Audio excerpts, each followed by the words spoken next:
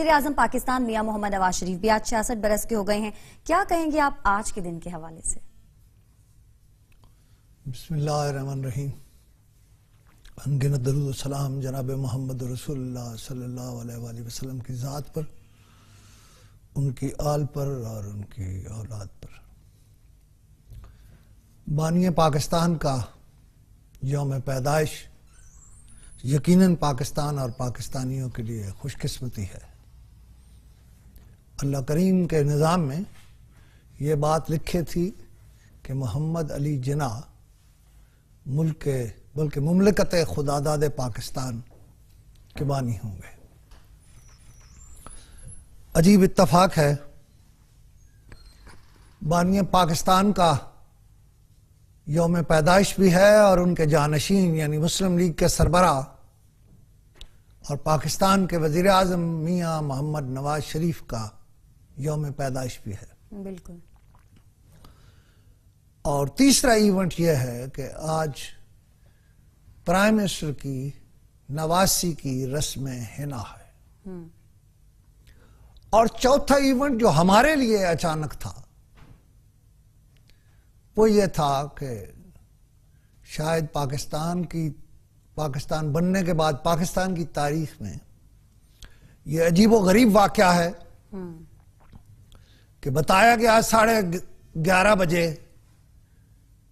Prime minister Bharat Narendra Modi نے میاں محمد نواز شریف صاحب کو فون کیا. وہ روس سے واپس آتے ہوئے کابل کے راستے پاکستان آنا چاہتے ہیں. سب لوگ مان جائیں، میں یہ بات نہیں مانتا کہ یہ بات پہلے سے دونوں پرائم منسٹرز کے علم میں نہیں تھی. اچھا. البتہ وہ میڈیا جسے بڑا اپنا زور ہے اور بڑا زوم ہے، اور